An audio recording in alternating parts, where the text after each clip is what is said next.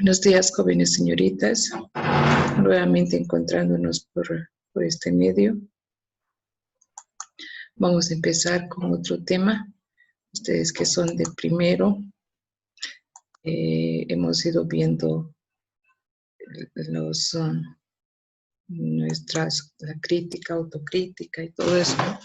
Ahora vamos a ver cómo influyen los valores espirituales en nuestra vida personal. Sabemos que muchos de nosotros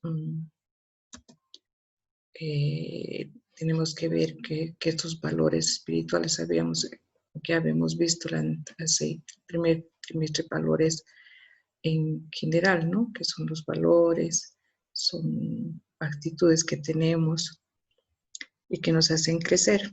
Sin embargo, aquí vamos a ver que también hay valores espirituales. Y estos valores espirituales nos tienen que ayudar a tener esa relación con ese ser superior, ¿no? Entonces, los valores espirituales se refieren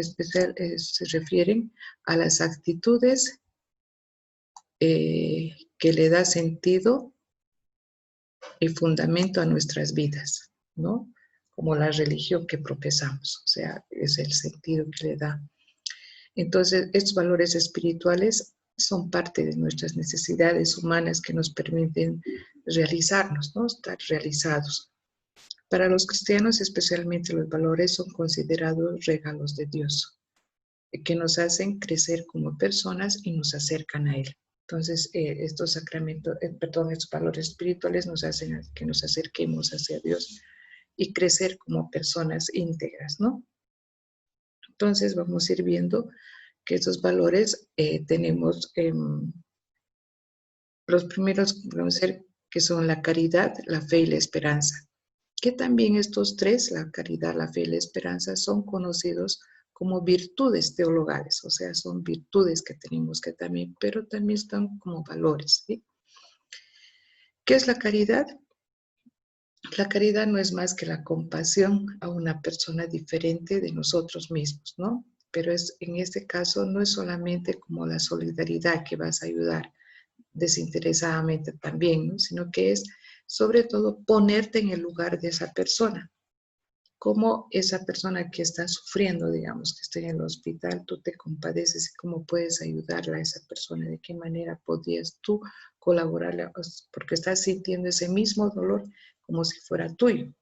Entonces, es darle soluciones a esto, cómo podrías solucionarle, ¿no? Que si estuviera yo en ese lugar, por ahí, y yo soy una persona que estoy muy enferma y necesito, ¿qué necesito? Entonces me pongo en el lugar de la otra persona y inmediatamente busco una ayuda para tratar de arreglar esto y sobre todo de ayudarla sin esperar nada a cambio. Es mucho más fuerte que la solidaridad, ¿sí? Es la caridad, que tú tengas ese desprendimiento de corazón, que lo hagas, que al dar eso tú también te vas a sentir satisfecho. Es como si hubieras tu necesidad misma hubieras podido subsanar, ¿no?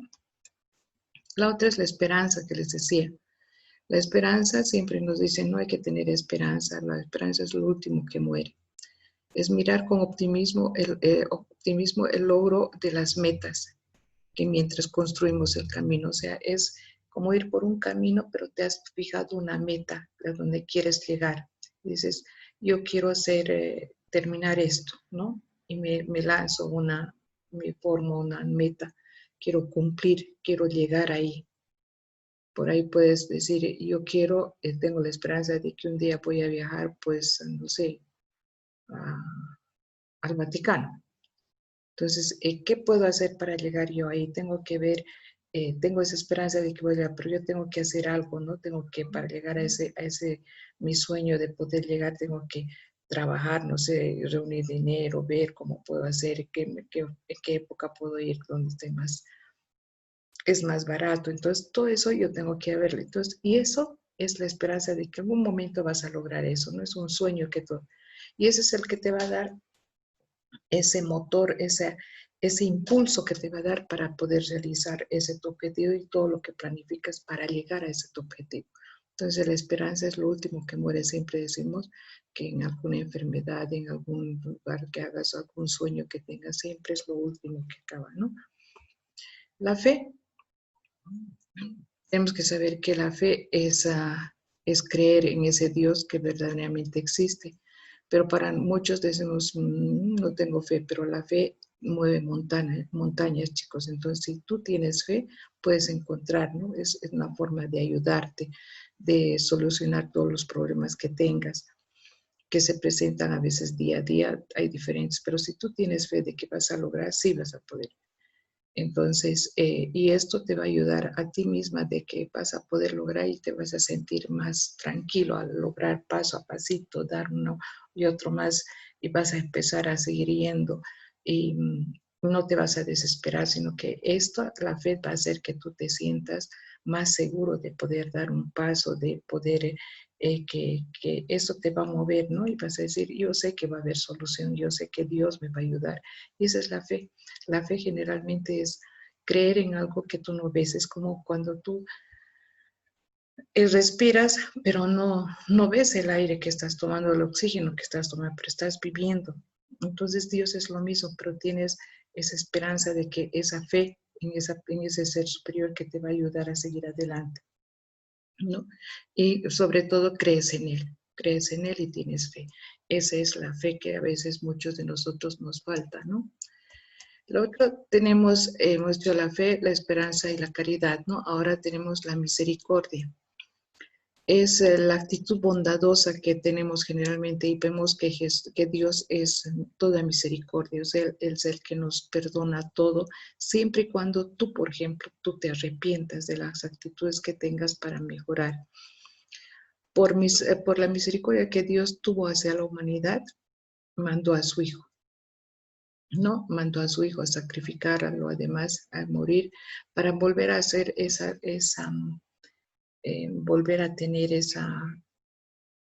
pacto, esa alianza, volver a ser entre el hombre y Dios, ¿no? Ese pacto que y es Jesús, que antes en el Antiguo Testamento lo que se hacía generalmente era a través de un animal se hacían las alianzas.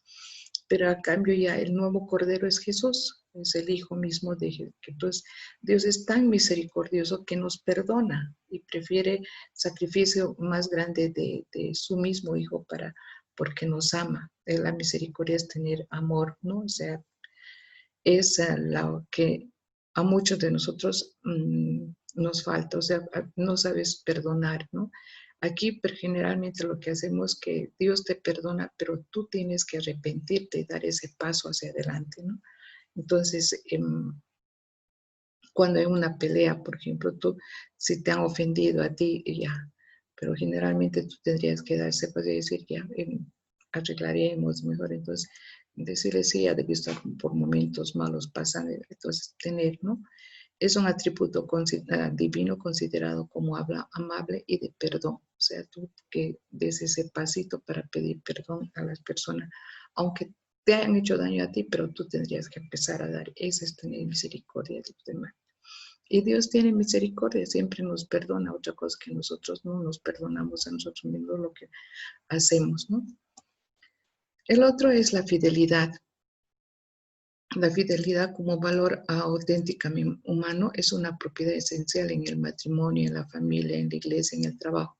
O sea, tú eres fiel a tu esposa, fiel a tu familia, fiel al trabajo, eres fiel a la iglesia en la cual estás. Sin embargo, muchos de nosotros fallamos, ¿no? Somos infieles. Por ejemplo, Dios nos da todo, nos ama. Y sin embargo, nosotros no somos fieles, como en su pueblo. En el Antiguo Testamento, su pueblo, por ejemplo, no fue fiel con él, ¿no? Sino que su pueblo empezó a alejarse. O sea, prefirieron adorar a otros dioses y se alejaron. O sea que nosotros somos los que damos a veces ese paso, ¿no? Y inclusive en el matrimonio siempre a veces por una discusión algo, entonces busco tratar de arreglar en otro lado, pero no me doy cuenta que no soy fiel a la promesa que he hecho cuando me he casado. Entonces, generalmente tenemos que tratar de que nuestra parte espiritual y nuestra parte física tiene que ir relacionada, o sea, yo tengo que ser. Y hemos visto en muchos casos de la fidelidad, a veces los animalitos son los que nos enseñan más, ¿no? Ese perrito que es fiel, por ejemplo, que veíamos que su dueño ha entrado al hospital y se ha quedado en la puerta esperando. El señor ha muerto, se lo han llevado, pero él seguía esperando en la puerta.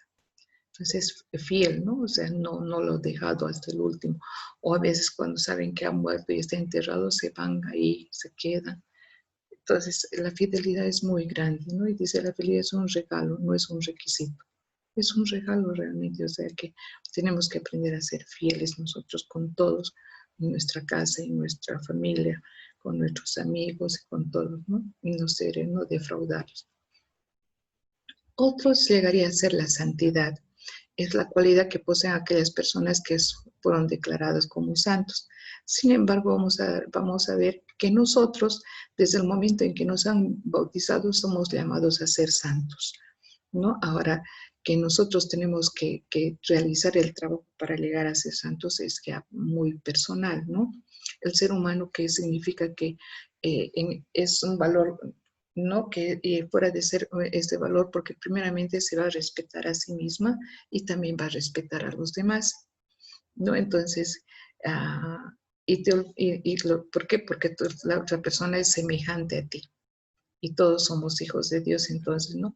No olvidas tampoco, como por ejemplo, ahí la franqueza, el decir siempre la verdad. La hermana Teresa de Calcuta, por ejemplo, fue una santa porque se dedicó en alma y vida a ayudar a los demás, en esperar recompensas y sobre todo de amar a esa persona, ¿no? A ese ser humano que estaba en las últimas, en las calles y todo, empezó y dio amor. Entonces, ahí dice algo, ¿no? Encontré la paradoja, dice. Si amas hasta que te duela, ya no habrá más dolor, solo más amor. O sea, cuando tú amas de verdad, eh, ya no vas a sentir ese dolor que dirás, que rompes, a veces te rompen, te empiezas a llorar. Todo. Sin embargo, cuando ya amas de verdad, ya no vas a sentir ningún dolor, ¿no? Entonces, la hermana Teresa, para ser santa, ha tenido que, generalmente, para que se forme, tenemos que tener una vida bastante coherente con lo que nos dice Dios, con lo que aprendemos y todo, con lo que y enseñamos en nuestra vida, tiene que ser igual, coherente con lo que hablamos y con lo que hacemos. Y después, pasados unos años, generalmente se ve que ellos cuando se santifican es porque primero los beatifican, o sea, primeramente van viendo qué milagros pueden hacer para santificarlos, ¿no? Entonces son pasos que realizan para llegar a la santificación. Y todos somos llamados a la santificación, chicos, desde el momento en que nos han bautizado. Otro valor es la templanza. Es la virtud por la cual empezamos a darnos cuenta de cuáles son nuestras necesidades reales y que van, por lo tanto, alineados a nuestro bienestar y desarrollo. O sea, van relacionados con nuestro desarrollo, nuestro bienestar. Es una virtud cardinal que recomienda la moderación en la atracción de los placeres y procura un equilibrio en el uso de los bienes creados. O sea, no tengo en exceso muchas cosas, pero sí lo necesario para vivir muy bien. Y tengo que tener templanza, o sea, no puedo estar amontonando cosas que quizás otras personas necesiten, ¿no? Entonces puedo hacer eso de dar a los demás. Considera que la castidad no es una negación, también vamos a ver que la castidad es otra de las virtudes, digamos, o otro valor de la espiritual, porque es una negación de la sexualidad, no es negación, digamos, de que tú eres varón o mujer, sino es el fruto del Espíritu Santo que consiste en el dominio de sí mismo, de ti mismo, ¿no? De que te domines tú mismo, es la capacidad de orientar el instinto sexual hacia causas que han definido como más morales y ligados al crecimiento espiritual. Vamos a ver que los sacerdotes y las religiosas son castos, o sea que no se casan, no tienen relaciones, porque se han dedicado ellos a tener esa capacidad de sentirse así para Dios. O sea, no buscan tener relaciones íntimas con varón o mujer, sino que ellos se dedican ya y dicen, no, yo me he entregado a Dios y con Dios me quedo y Él es el que me cuida y estoy con Él, voy a seguir adelante, ¿no? Y la castidad es una de las promesas que hacen los sacerdotes y las religiosas cuando